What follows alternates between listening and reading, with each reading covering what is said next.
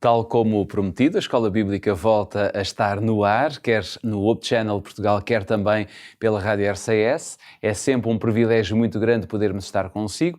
Já sabe que nos poderá acompanhar em qualquer hora do dia, em qualquer parte do mundo.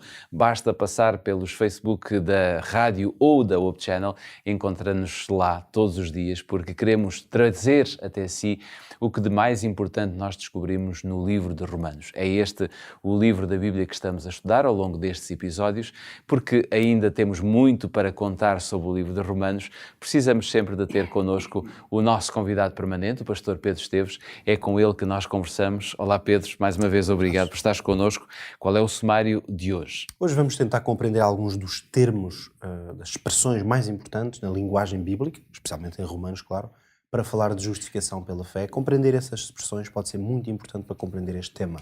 Vamos então procurar um versículo que tenha exatamente estas expressões para podermos aqui comentá-las. E o versículo é exatamente o que está escrito em Romanos capítulo 3, o versículo 24. Siga a leitura que fazemos a partir do nosso quadro, que diz: sendo justificados gratuitamente pela sua graça, pela redenção que há em Cristo Jesus.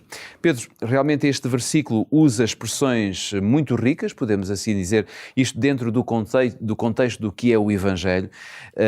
Existem expressões como justificados, graça, redenção. Como é que nós podemos explicar a ligação que existe entre estes conceitos? Realmente existe uma ligação. São conceitos teológicos, claro, que têm um peso significativo dentro da linguagem do apóstolo Paulo e até de uma forma mais transversal em toda a linguagem bíblica. E eles, obviamente, estão ligados uns com os outros. Quer dizer, compreender bem um dos termos ajuda-nos, ou um dos conceitos, ajuda-nos, obviamente, a compreender melhor outros conceitos, porque eles estão, de facto, ligados. Talvez eu proponho mesmo que o que possamos fazer no programa de hoje é olhar para esta expressão do apóstolo Paulo, sendo justificados gratuitamente pela sua graça, pela redenção que há em Cristo Jesus. Nós percebemos que há realmente aqui uma ligação entre estas várias dimensões.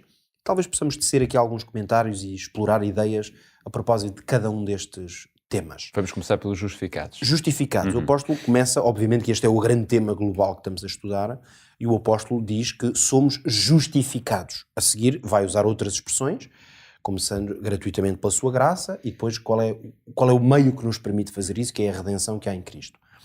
Mas debrucemos um pouco aqui na expressão justificados. O que significa ser justificados? Obviamente que ser justificado implica a ideia de ser declarado justo. É uma ideia ativa esta, implica que a pessoa, se foi justificada, quer dizer que ela já esteve na condição de não ser justificada. Logo, antes de uma pessoa ser justificada, o que é que ela é? Antes desse processo se exercer, a pessoa é injusta. Portanto, ela é declarada injusta. Na linguagem bíblica, a pessoa injusta é aquela que está fora da condição, da possibilidade de ser aceito por Deus. Ou seja, nós podíamos dizer, tornou-se inocente. Não sendo inocente por natureza, consegue chegar a esse estatuto, não é? Precisamente.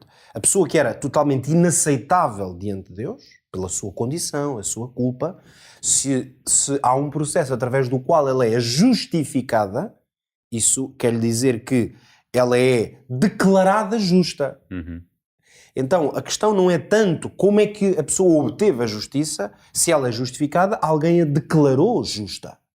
E quem é que pode declarar essa pessoa? E, portanto, o que a Bíblia nos ensina é que não é a pessoa que se declara justa.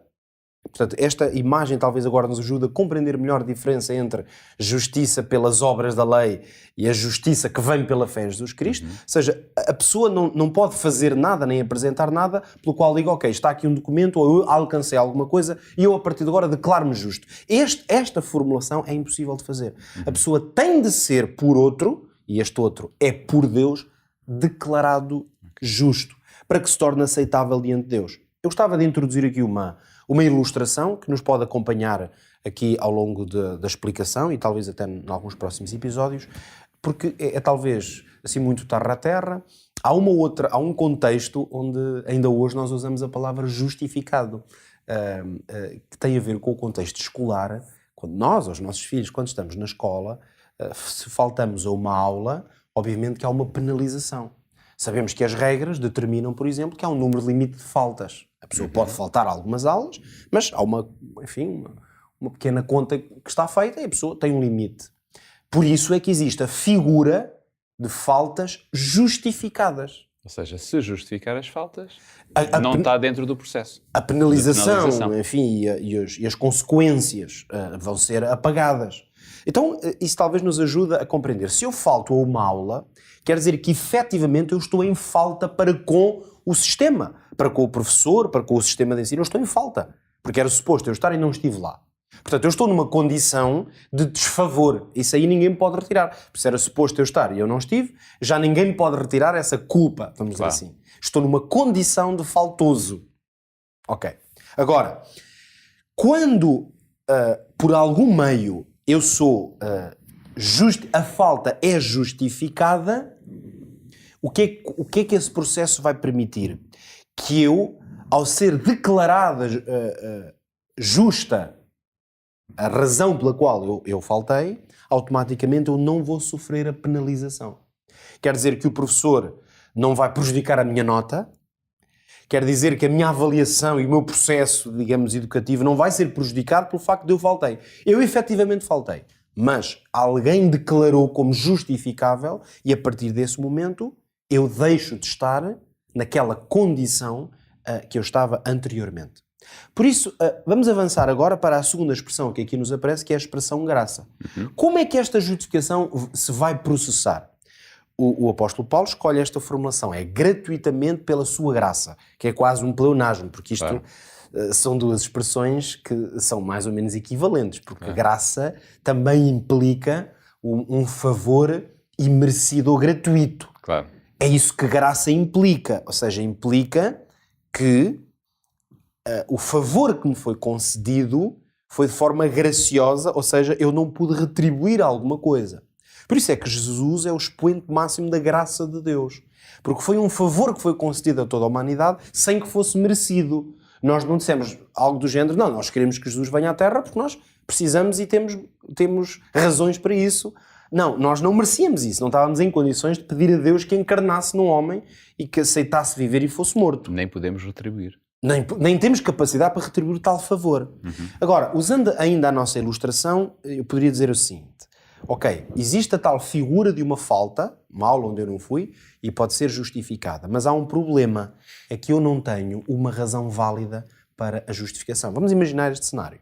Nas aulas, de facto, existem meios para eu trazer uma justificação. Pode vir assinada por um médico. Mas o cenário aqui, qual é, em termos espirituais? É que o cenário é que eu não tenho uma razão válida. Eu não posso dizer, ok, eu faltei, mas foi por esta razão. Ok, então eu sou declarado justo porque eu tenho uma razão. Mais uma vez, aí seria alguma coisa que está em mim. Claro. Então, para que seja possível ainda assim eu ser justificado, o que é que tem que entrar em processo aqui? O professor terá que ser gracioso comigo. Então, eu não tenho nenhuma justificação minha para lhe apresentar. Mas o professor vai dizer, em vez de olhar para a minha realidade, o professor vai dizer, ok, eu assumo a responsabilidade, caem sobre mim as responsabilidades, mas eu vou justificar a falta. Então, é a graciosidade daquele que tem poder para me julgar e me avaliar que me vai permitir entrar dentro desse processo e ser declarado justo. E é assim que nós podemos compreender o processo da justificação. Ou seja, justificados, depois temos a graça e é a redenção, não é? Que implica, literalmente, aliás, ser redimido implica ser afastado da destruição. São duas expressões que implicam isso. E, portanto, o processo de justificação, através da graça de Cristo, retira-me da possibilidade de ser destruído ou quebrado, que é literalmente o significado. Porquê? Porque Jesus foi quebrado no meu lugar. Não temos mais tempo, mas podemos, numa frase, deixar um apelo ou um desafio. E hoje deixo um apelo prático, digamos, uma aplicação à nossa vida do que dissemos aqui, e deixo o desafio de sermos graciosos com os outros, com a nossa família, com os nossos amigos, talvez com um colega de trabalho. Reconheçamos que Deus, através de Jesus, já foi gracioso connosco muitas vezes sem nós merecermos e por isso a melhor maneira de retribuirmos é também espalharmos graça àqueles que estão à nossa volta. Esta é, sem dúvida, a melhor forma de terminarmos mais um episódio da Escola Bíblica. Fica aqui este desafio, este conselho, pratique-o na sua vida diariamente, seja feliz e já sabe, nós voltamos com a Escola Bíblica no nosso próximo episódio, quer no Hope Channel Portugal, quer também pela rádio. Até lá.